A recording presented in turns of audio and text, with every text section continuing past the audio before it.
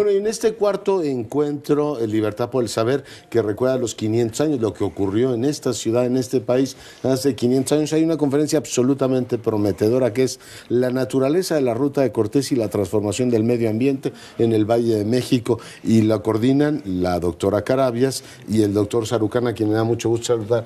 Rector, ¿cómo está? Muchas gracias, doctor Curcio. Con gusto de verle. Para un biólogo, esta escala de los 500 años es muy relevante.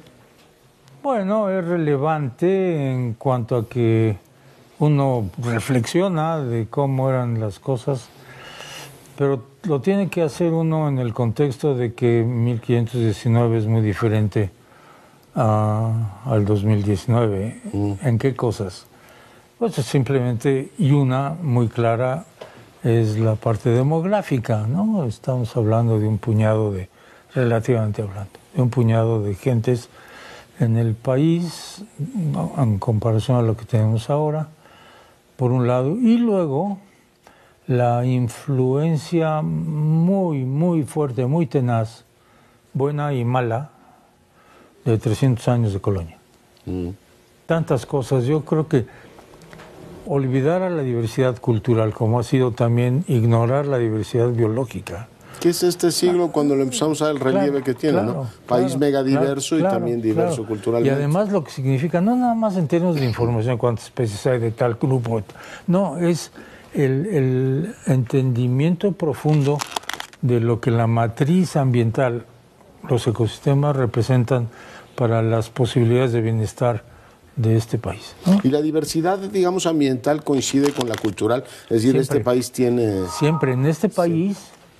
El estado más diverso biológicamente es el estado más diverso culturalmente, es Oaxaca. Pero a escala mundial, ¿no? Ponga usted un mapa de dónde están las zonas más diversas biológicamente, Indonesia, y ahí están México, la zona andina, la zona mesoamericana, el sureste de Asia, etcétera, ¿no? Esto es muy notable, pues. Aquí en la urbe llevamos 500 años, le pregunto, ¿domesticando o sometiendo el agua? ¿Vivimos con ella? No, yo creo que la hemos sometido. Si entiendo bien el sentido de la palabra, porque domesticarla es hacer lo mismo que hemos hecho felizmente en este país, que es además de muy diverso biológicamente, es un centro de origen de plantas cultivadas y de la agricultura, un centro independiente de los otros que se dieron tiempo antes, ¿no? Pero aquí se desarrolló una agricultura, de otra manera no podía haber habido plantas cultivadas, punto. O sea, una cosa va totalmente con la otra, ¿no?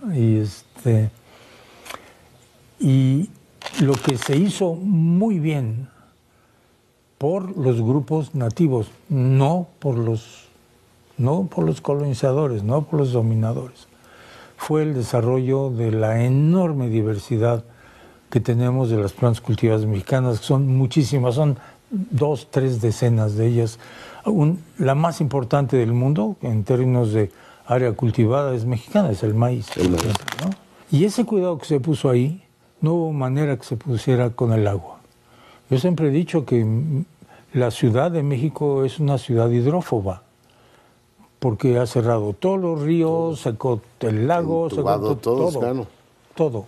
En vez de un río tenemos un viaducto, que es un desastre. Sí, que las hemos ensuciado, que las hemos secado, las hemos dañado. Y lo peor de todo pues, es la reducción de agua infiltrada a los acuíferos. Por eso tenemos que depender de agua que viene desde muy abajo a un costo energético fenomenal. En 500 años la acción humana en este valle ha sido, bueno, devastadora, decía usted, el crecimiento demográfico, pero ha probado también tener una extraordinaria resiliencia, doctor. O sea, tiene 1000 formas como de reinventarse. Sí, ¿no? Y yo creo que las reinvenciones tienen mucho que ver también, perdón que insista con esto, con esa capacidad adaptativa, inventiva de la gente nativa. Que bueno, finalmente los demás se van dando cuenta y van adoptando estas costumbres. Esa parte, que es un saber milenario. Sí, claro. De otra manera no tendríamos 59 razas nativas de maíz siendo cultivadas hoy en día. Yo siempre cuando doy esas charlas les pregunto a la gente, ¿cuántas conocen? ¿Cuántas han visto en el mercado? Hay 59. ¿Cuántos han visto? Oiga, todo el mundo distingue que si el Cabernet Sauvignon, hablando de vinos, sí. uvas, ¿no? Te dicen, no, Merlot y tal, Sí. pero de maíz somos incapaces de identificar. Cero. Y este es el país de maíz, y sin maíz no hay país, y todo está... Hasta hace no muchos años no sabíamos cuántas razas nativas de maíz se seguían cultivando en México. Hubo un proyecto que coordinó con Avio, y de ahí sacamos que había 59 razas siendo cultivadas hoy. Oiga, hoy tenemos como país digamos, una idea muy aproximada de lo que es nuestro capital natural, ¿verdad? Pues Entonces, quizás seamos uno de los cercano. países Yo más... creo que el más de manera integrada. No hay otro país que tenga esa información. Si uno a Europa, pues hay varias instituciones que tienen conocimiento, además. Oiga, una de las cosas que también asocia uno mucho al pasado prehispánico, a la historia antigua de este país, es la relación con las aves y las plumas para efectivamente las artes. Hemos perdido mucha biodiversidad. No, hemos perdido, no sabemos bien, es difícil aseverar que una especie se ha extinguido.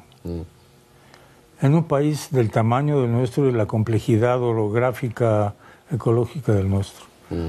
Pero sí, ya tenemos cifras de esto muy claras, están en la página de Conavio, uno puede verlo grupo por grupo, porque uno tiene que estar seguro. Hay especies que se consideraban extintas y ahora con el esfuerzo de ir conociendo más, pues han aparecido, por ejemplo, unas pequeñas poblaciones en otros lados, lo cual... pues es alentador. Es alentador. Hay que ir reconstruyendo su hábitat. Lo que no es alentador es lo que está pasando a gran escala. Seguramente usted y el público vio una noticia un par de semanas en los medios de que en Norteamérica, es decir, Canadá, Estados Unidos, se habían perdido alrededor de 3 mil millones de aves. Caray. Entre los primeros registros que tenían y ahora. Eso es como el 30% de la población que existe. Finalmente, doctor Sarucana, le agradeciéndole muchísimo su tiempo el día de hoy, de la tradición, digamos, de los códices, de la tradición, digamos, del México antiguo y de los conquistadores, hay grandes naturalistas. O sea, por ejemplo, los antiguos mexicanos se preocupaban por codificar, por llevar en cuenta de la diversidad, y si hubo entre los conquistadores alguno que pues despuntara por ser un naturalista o tener esta... Bueno, están los códices, de hecho, varios de los registros algunos de el protomédico de México hizo fue el recopilar esa información. Fue el Badiano, ¿no? Sí, uno que regresó para Papa, ponerlo, ¿no? Para ponerlo junto. Pero era la información que tenían los nativos de México. Herbolaria. Todo eso. Sí, había un gran interés, había jardines botánicos, había jardines zoológicos, antes de la llegada de los españoles a México. Que tenía un notable zoológico. Y tanto de bichos locales con albinos como incluidos, dicen. Con albinos, sí, seguro. Bueno, los bichos raros siempre han sido llamativos antes y ahora. No, la ¿Y cultura... de los conquistadores hubo alguno que destacara por ser así un protonaturalista? Yo creo que hasta la presencia de Mociño, Mariano Mociño, nativo de Temascaltepec, ninguno hizo el trabajo que él hizo. Y es uno de esos personajes desconocidos de México. Es verdad. No hay noción de estas cosas. Nos acordamos de muchas otras cosas, pero no de personajes de la talla de Mariano Mociño. Pues qué bueno que un miembro del Colegio Nacional lo recuerda. Doctor Sarucán, muy agradecido por la conversación. Al contrario, gracias a usted por el espacio. Bueno, pues hoy, para privilegio nuestro, el doctor Sarucán ha amanecido con usted.